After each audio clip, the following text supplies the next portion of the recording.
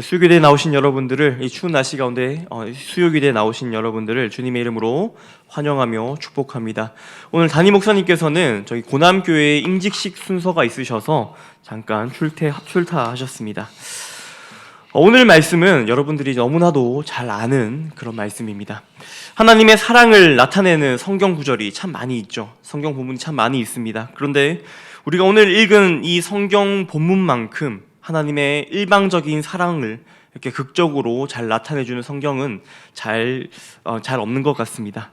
오늘 본문은 누가복음 15장에 나오는 잃어버린 것들을 찾는 비유 중에 세 번째 해당하는 잃어버린 아들을 찾는 비유입니다. 첫 번째는 잃어버린 양에 대한 비유고요. 또 두 번째는 잃은 드라크마를 찾는 그런 비유입니다. 그리고 그 하이라이트가, 그 세 가지 비유 중 가장 하이라이트가 오늘 나오는 잃어버린 아들을 찾는 이야기입니다. 믿지 않는 사람들도 돌아온 탕자 이야기로 잘 알고 있는 그런 이야기입니다. 그런데 이 이야기는 좀 특별한 거 아십니까? 이 당시 사용되던 이야기 전개 방식과는 조금 완전히 다른 전개 방식을 사용합니다. 이 이야기가 첫 번째 어떻게 시작됩니까? 바로 대화로 시작됩니다. 어떤 대화가 이어지고 있습니까? 여러분들이 잘 아시는 대로 둘째 아들이 아버지에게 유산을 요구합니다. 이 당시 둘째 아들에게 돌아갈 유산이 얼마입니까? 첫째 아들의 절반입니다. 그러니까 첫째 아들은 그 아버지의 유산의 3분의 1을 받는 것이고요. 그리고 둘째 아들은 그 유산을 3분의 1을 받는 것입니다. 제가 둘째 아들인데 참 이런 유대 관습이 불공평한 것 같습니다. 그렇지 않습니까? 근데 이 아들은 아버지에게 그냥 재산을 나누어 달라는 것이 아닙니다. 이게 자신에게 돌아올 분깃, 이 유산을 요구하고 있는 것이죠. 이를 달리 말하면 어떻게 얘기할 수 있습니까? 나는 아버지는 별로 필요 없습니다. 나는 아버지의 재산만이 필요합니다. 아버지는 나에게 있으나 마나한 존재니 돈만 주시면은 그만입니다 라고 지금 이야기하고 있는 것입니다. 둘째 아들은 아버지를 원하는 것이 아니라 지금 아버지의 소유물만을 원하고 있는 것입니다. 아버지께로부터 오는 그 부와 명예와 위신을 원하더라는 것입니다. 아들이 아버지에게 유산을 요구했다는 것은 정말 충격적인 이야기 아닙니까? 여러분들의 자녀가 갑자기 와가지고 내가 펄펄 살아있는데 갑자기 나에게 유산을 요구한다면 얼마나 기분이 안 좋으시겠습니까? 그런데 더더욱 충격적인 이야기가 곧이어서 바로 등장합니다. 그 자리에 이 이야기를 듣던 사람들은 많이 놀랐을 겁니다. 그것은 바로 이 아버지의 반응 때문이었습니다. 당시 유대 문화는 우리가 잘 아는 조선시대의 유교 문화보다 훨씬 더 가부장적이고 보수적인 문화였습니다. 만약에 우리가 지금 이 시대에 살아가는 우리 역시도 갑자기 우리 자녀들이 와서 나에게 유산을 달라고 하면 크게 혼내고 말 것입니다. 그런데 일반적인 고대 중동의 아버지라면은 조금 이야기가 다릅니다. 그들의 문화와 그들의 사고방식이었다면은 당장 아들을 내쫓아도 전혀 이상할 것이 없었다는 것이 바로 성경학자들의 이야기입니다.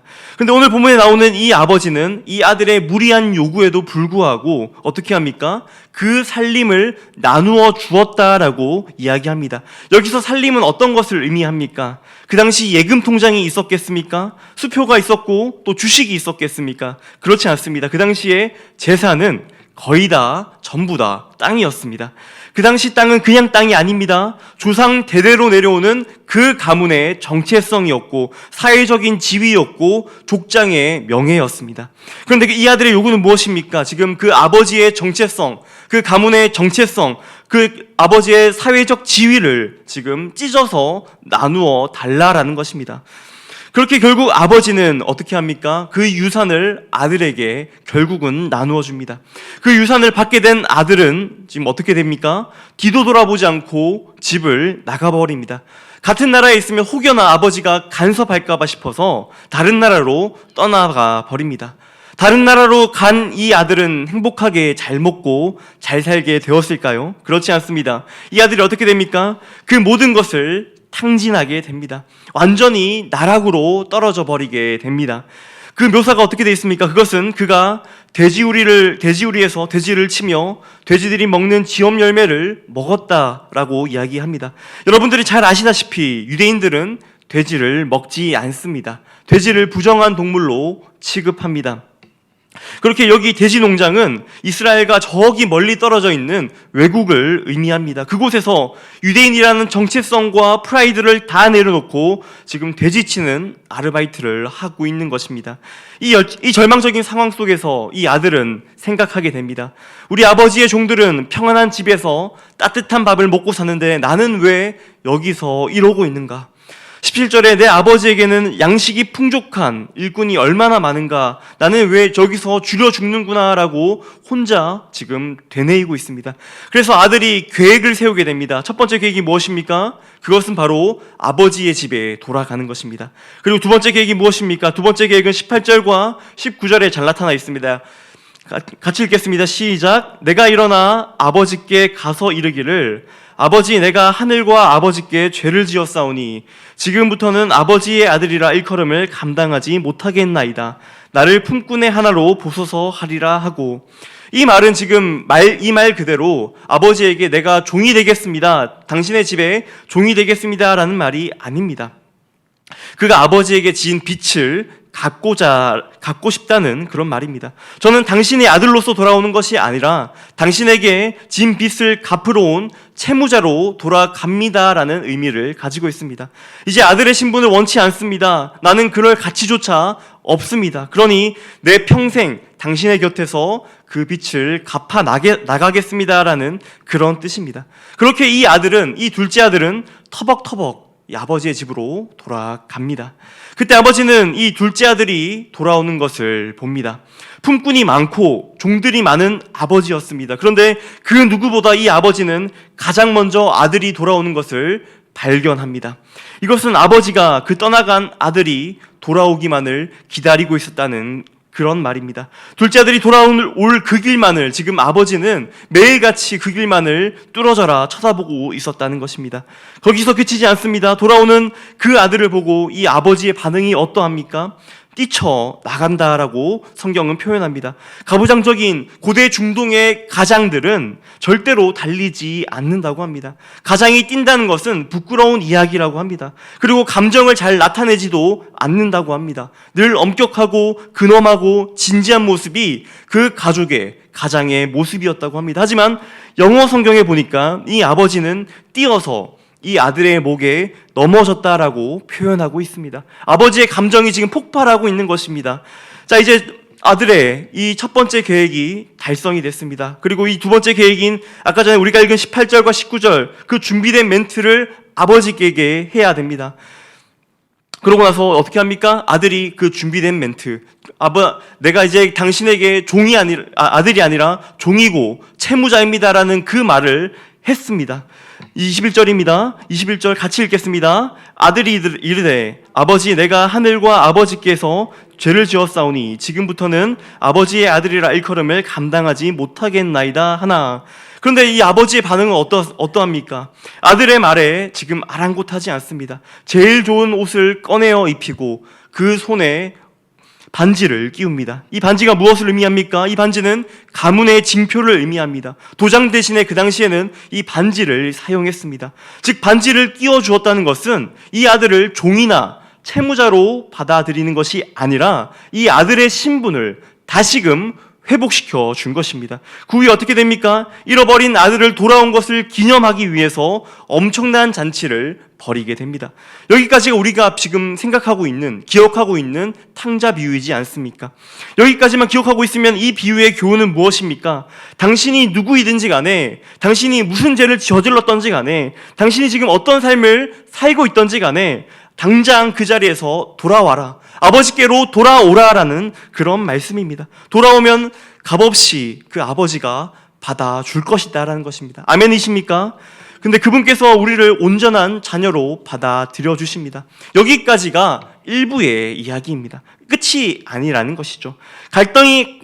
아버지와 아들의 그 갈등이 해결되는 것처럼 보입니다. 아버지는 이 작은 아들의 죄를 용서하고 아버지와 아들은 화해합니다.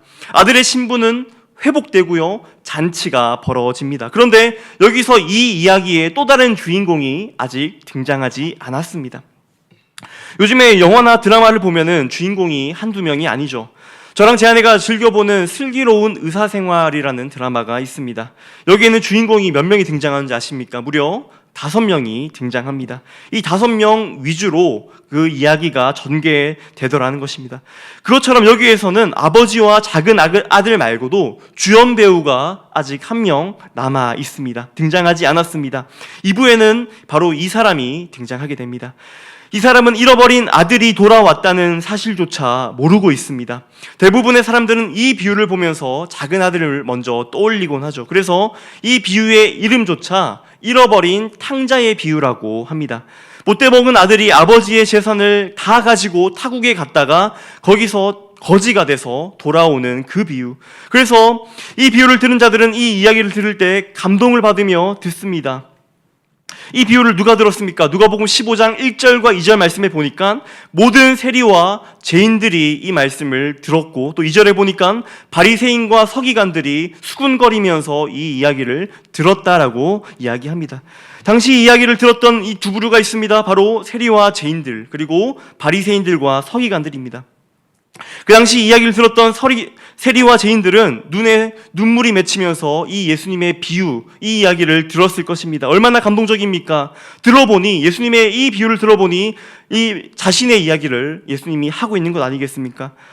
그러면서 무슨 생각이 들겠습니까? 나도 지금 하나님께로 돌아가야겠다라는 생각을 했을 겁니다. 반면에 또 다른 대상들인 바리새인과 서기관들, 종교 지도자들은 매우 불편했을 겁니다. 그들은 이 예수님의 이 비유가 너무나도 비합리적이고 못마땅하게 들려졌을 겁니다. 그런데 예수님은 이 비유를 의도적으로 모든 청중들에게 말씀하고 있습니다. 세리와 죄인들에게는 어떠한 메시지입니까? 너희가 죄인이든지 너희가 세리이든지 너희가 창기이든지 상관없이 하나님께로 당장 나오라는 메시지입니다. 또 다른 청중인 바리새인과 종교인들에게는 어떤 비유입니까? 너희가 지금까지 하나님께 접근했던 그 방식들은 모두 다 잘못되었다. 너희가 생각했던 그 모든 것들이 잘못되었다라는 그런 메시지입니다. 세리와 죄인들로 대표되는 인물이 둘째 아들이었다면요, 이 바리새인들과 서기관들로 대표되는 아들이 바로 오늘 지금 등장할 첫째 아들입니다. 그 첫째 아들이 등장합니다. 이 첫째 아들이 집에 돌아와서 보니까 집이 이제 시끌벅적합니다. 그래서 지나가던 종에게 물어보죠. 그러니 둘째 아들이 돌아와서 큰 잔치가 열렸다라고 이 아들에게 이야기합니다. 그리고 살찐 송아지를 잡았다라고 얘기하죠. 그때 첫째 아들은 분노하게 됩니다. 그래서 그 잔치에 참여하지도 않습니다. 이 잔치에 참여하지 않는다라는 그 뜻이 무엇입니까? 나는 내 동생, 그 둘째 아들을 절대로 받아들일 수 없습니다. 아버지의 뜻에 동의할 수 없습니다라는 그런 뜻을 가지고 있습니다. 이 때문에 이 아버지가 형에게 찾아옵니다. 여기서 영어 성경을 보면은 아버지라고 말하지 않습니다. 이봐요라고 이야기합니다. 나는 여러 해 동안 당신을 위해서 이렇게 봉사하고 열심히 일했는데 나에게 돌아오는 것은 아무것도 없고 왜 당신의 재산을 낭비하고 돌아온 저 녀석을 위해서 살찐 송아지를 잡습니까? 나는 절대 그 잔치에 참여하지 않겠습니다. 형은 자신의 동생이라고는커녕 아버지의 아들이라고 부르지 않습니다. 당신의 아들, 당신의 자식이라고 지금 부르고 있습니다. 그는 동생과 지금 같은 가족이라고 하는 그 자체가 너무나 지금 화가 나는 상황인 것이죠. 더더욱 화가 나는 상황이 무엇입니까? 바로 이 잔치에 들어간 비용입니다. 당시에 그 살찐 송아지가 얼마나 귀했습니까? 절대로 흔한 음식은 아니었습니다. 이 살찐 송아지를 잡아서 잔치를 벌였다는 것은 그 마을 사람들 모두가 이 잔치에 참여하고 있다는 그런 의미입니다. 하지만 형은 이 잔치에 지금 참여하고 있지 않죠. 사실 그 당시 송아지를 잡는 잔치라면은 두말할 거 없이 최고의 잔치입니다. 이 잔치를 벌이는 것을 보면 아버지가 지금 너무나도 기쁘구나, 아버지가 너무나도 지금 신나구나라고 생각할 수 있을 겁니다. 그런데 지금 이 형이라는 사람은 이 아버지의 마음과는 전혀 상관없습니다. 별로 관심이 없습니다. 지금 아버지의 생애에서 가장 기쁜 날이구나라는 것은 지금 이 형에게는 안중에도 없다라는 것입니다. 지금 이 형이 집중하고 있는 것은 무엇입니까? 그 아버지의 남은 3분의 2 재산, 그 중에서 살찐 송아지가 원래는 누구 것입니까? 바로 형의 것입니다. 자신의 것입니다. 지금 그것이 소진된 것에 화가 날 뿐인 것입니다. 그것을 마을 사람들이 먹고 마시며 아버지가 내게 돌아올 그 유산을 허락도 없이 썼구나라는 그 사실이 지금 이 형은 화가 나서 견딜 수가 없는 것입니다. 이 형의 진짜 관심사가 무엇입니까? 이 형의 진짜 관심사는 아버지의 재산, 아버지가 남길 그 유산에 있었던 것입니다. 그래서 아버지가 잔치에 드릴 그 비용에만 지금 신경 쓰고 있는 것이죠. 그는 아버지의 소유물을 중요하게 여겼지만 정작 그 아버지의 마음은 중요하게 생각하지 않았습니다. 그렇게 악한 마음을 품고 있는 큰아들이지만 그럼에도 아들이기에 이 아버지가 이 큰아들을 설득하러 나옵니다. 31절에 뭐라고 합니까? 아버지가 내 것이 다 네 것이지 않느냐라고 물어봅니다. 이 말이 맞지 않습니까? 이제 동생이 그 유산을 모두 가지고 갔습니다. 그래서 그 남은 3분의 2의 재산, 그 유산은 모조리 다 그 첫째 아들 것이 맞습니다. 그런데도 형은 그 유산이 동생의 귀향으로 인해서 조금 작아진 것입니다. 이 작아진 유산으로 인하여 첫째 아들은 지금 분노하고 있고요. 아버지의 생애 가장 즐거운 날에 그 아버지를 지금 모욕하고 있는 것입니다. 그럼 그에게 지금 아버지는 간청하고 있습니다. 제발 나랑 같이 들어가서 잔치에 참여하자꾸나. 이때 이 첫째 아들의 대답은 어떠합니까? 그 반응은 어떠합니까? 이 반응은 나타나지 않고 이 비유는 끝이 납니다. 이 아들이 잔치에 참여했겠습니까? 혹은 참여하지 않았겠습니까? 이 결말은 나오지 않습니다. 왜일까요? 이 예수님의 이 비유의 결말은 말씀하고 계시지 않는 그 이유가 무엇이겠습니까? 우리에게 이것을 생각해보라는 메시지인 것입니다. 예수님은 이 비유의 일부에서 무엇을 다루셨습니까? 전통적인 죄에 대해서 다루셨습니다. 우리는 동생을 보고 저것 봐, 아버지를 모욕하고 매춘이나 하고 허랑방탕하게 살다가 돼지우리에서 지업 열매나 먹는 것을 보고 저게 죄야라고 규정합니다. 방탕하고 음란한 것, 저건 누가 봐도 죄야라고 말합니다. 하지만 이 비유는 2부에서 우리의 사고를 완전히 뒤엎어버립니다. 완전히 깨부숩니다. 우리가 지금까지 알고 있었던 상식과 개념들을 모조리 깨부숩니다. 이 둘째 아들뿐만 아니라 두 아들을 같이 보게 되면요, 하나는 착실했고 하나는 나빴습니다. 하지만 둘 다 지금 어떻습니까? 아버지께로부터 멀리 떨어져 나왔습니다. 둘 다 아버지를 바란 것이 아니라, 아버지 그 자체를 사랑하고 바랬던 것이 아니라 지금 둘 다 아버지의 소유만을 탐했던 것입니다. 둘 다 아버지를 이용해서 그 신분과 재산을 얻기만을 바랄 뿐인 것이죠. 그저 아버지를 이용만 할 뿐입니다. 하나는 죄악으로 인해서 그것을 이루었고요, 하나는 지금 무엇으로 그것을 이루었습니까? 선행으로 그것을 이루었습니다. 본문 29절입니다. 같이 읽겠습니다. 아버지께서 대답하여 이르되 내가 여러 해 아버지를 섬겨 명을 어김이 없었거늘 내게는 염소 새끼라도 주어 나와 내 벗으로 즐기게 하신 일이 없더니. 첫째 아들의 실체를 지금 스스로가 자신이 폭로하고 있습니다. 무엇이라 말합니까? 내가 여러 해 동안 아버지의 명령을 어긴 적이 없습니다. 그런데 이것이 그의 죄악이었습니다. 이 말이 무슨 말입니까? 첫째 아들과 아버지를 갈라놓은 것은 첫째 아들의 죄가 아니었습니다. 그의 선행이었고 그의 의로움이었습니다. 그의 의로움이 지금 아버지와 첫째 아들을 갈라놓았던 것입니다. 동생은 떠나면서 아버지에게 불순종합니다. 불순종하면서 제 멋대로 살고 싶어 하지요. 하지만 형은 그 아버지에게 남아서 순종함으로써 제멋대로 살고 싶어 하는 것입니다. 동생은 그 모든 율법과 도덕과 규율들을 다 어기면서 아버지의 재산을 차지했습니다. 그러나 형은 그 모든 규율을 지킴으로써 아버지의 재산을 차지하려고 하고 있는 것입니다. 그리고 그 결과가 무엇입니까? 예수님은 그 두 아들을 모두 다 길을 잃은 것이라고 지금 이 비유를 통해서 말씀하고 있습니다. 둘 다 아버지와 그 관계가 깨어져 버렸습니다. 둘 다 하나님께로부터 멀어져 버린 것입니다. 이 두 아들은 아버지를 사랑해서 아버지를 즐거워하고 아버지를 사랑해서 아버지를 섬긴 것이 아닙니다. 이 이야기를 보면서 아시겠지만 길을 잃은 데는 두 종류가 있습니다. 한 부류는요, 둘째 아들과 같이 죄를 짓고 살아가는 사람들입니다. 우리가 흔히 생각하는 세상 사람들이죠. 하나님 없이 살아가는 그런 사람들입니다. 또 한 부류는 어떤 사람들입니까? 첫째 아들과 같은 자들입니다. 그러한 자들은 다 말로만 하면은 다른 말로 하면 종교인들과 같은 자들이죠. 마음속 깊은 곳에는 노력도 하고 선하게 살려고 노력합니다. 순종하려고 합니다. 교회도 빠지지 않고 기도도 하고 봉사도 하려고 합니다. 그러니 하나님 당신은 내게 빚지었으니까 내 기도도 들어주시고 남들보다 괜찮은 삶을 내게 살게 해주셔야 합니다. 죽으면 천국에도 데려가 주셔야 합니다라고 내가 정말 원하는 것들을 지금 나의 선행으로, 나의 노력으로 하나님께 받아내려고 하는 것입니다. 이렇게 되면 어떻습니까? 예수님은 나의 구원자가 아니라요, 예수님은 그냥 나의 삶의 모범이고 하나의 예시이며 나의 선생, 나의 멘토 정도가 되어버립니다. 첫째 아들이 하나님께 순종한 건 하나님께 무언가를 얻기 위해서입니다. 하나님의 얼굴을 구하며 하나님을 진정으로 사랑해서 순종하는 것이 아니라는 이야기입니다. 결국 종교인들로 대표되는 첫째 아들이 아버지의 말씀을 지키며 순종한 것은 하나님을 위한 것이 아니라 누구를 위한 것입니까? 결국에는 자기 자신을 위한 것입니다. 오늘 이 비유의 가장 클라이막스는 이제 마지막 부분이 남았습니다.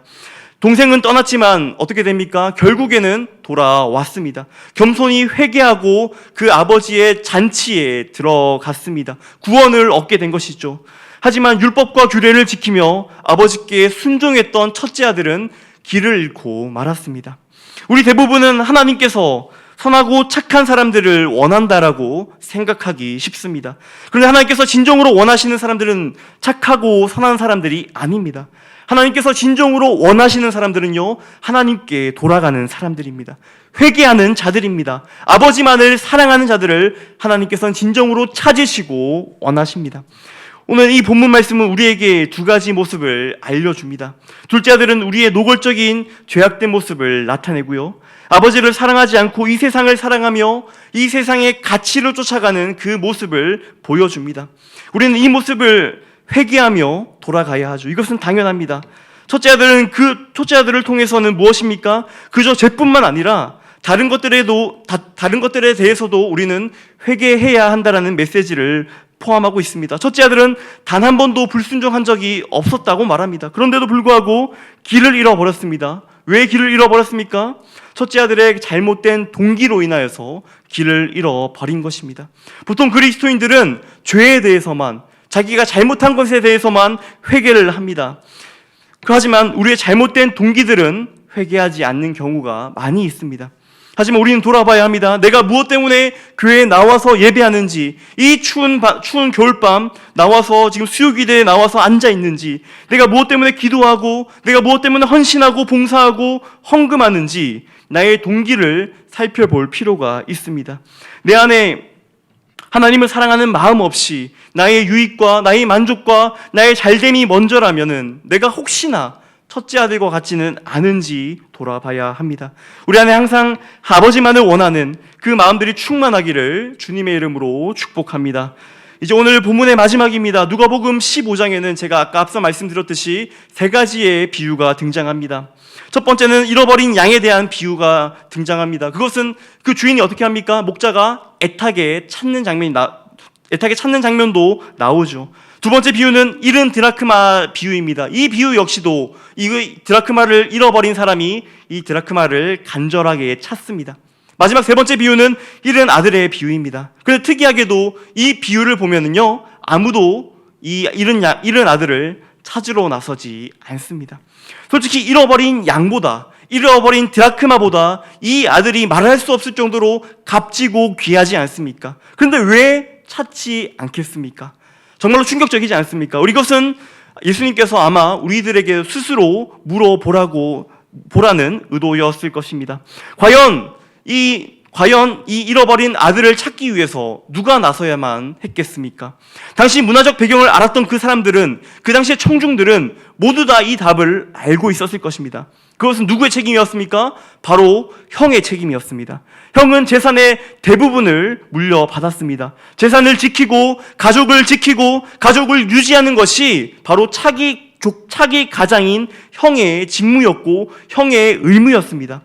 선한 형이고 아버지의 마음을 잘 아는 형이라면은 이렇게 말했을 겁니다. 아버지, 제가 집 나간 동생을 찾아오겠습니다. 아버지, 그 엉망으로 살고 있는 그 동생을 제가 찾으러 가겠습니다. 어떤 비용이 든다 할지라도, 어떤 대가가 든다 할지라도 제가 그 녀석을 반드시 찾아오겠습니다.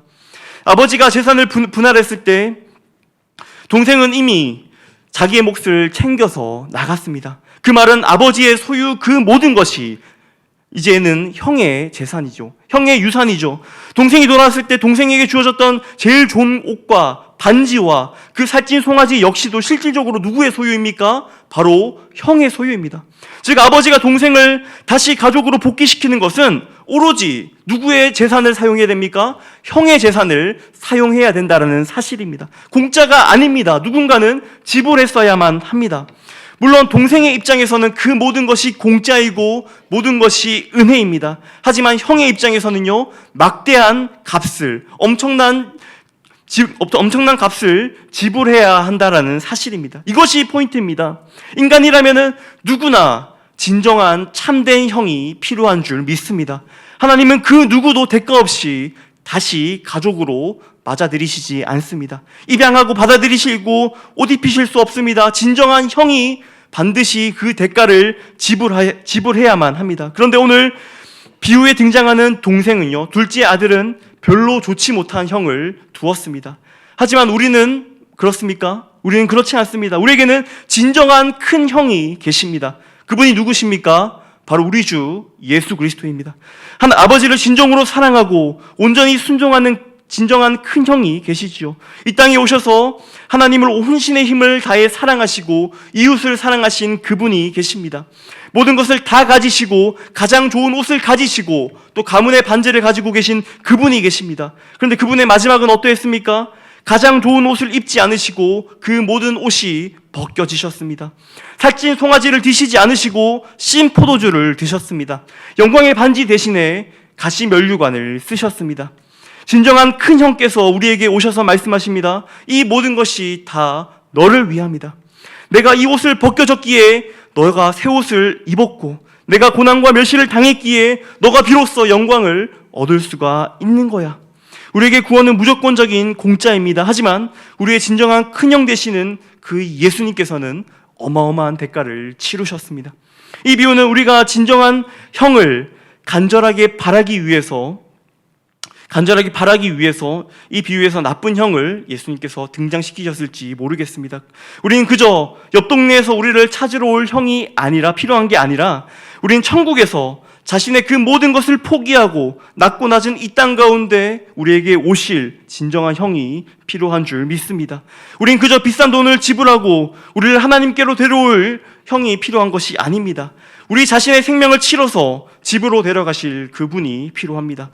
십자가에서 그분의 모든 것을 지불하셨습니다. 진정한 큰 형께서, 우리의 주인 되신 예수 그리스도께서 우리를 귀향시키기 위해서, 우리를 다시 집으로 되돌려 보내기 위해서 그 모든 것들을, 그 모든 대가들을 지불하셨습니다.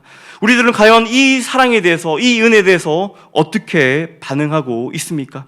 우리의 진정한 큰형 되신 예수님을 오늘 이 밤 우리는 간절하게 깊이 만나기를 원합니다. 이 은혜가 저와 여러분들, 우리 모두에게, 우리 모든 진교교회 성도님들에게 모두 있기를 주님의 이름으로 축복합니다. 이 시간 들은 말씀을 놓고 한번 같이 기도하시겠습니다.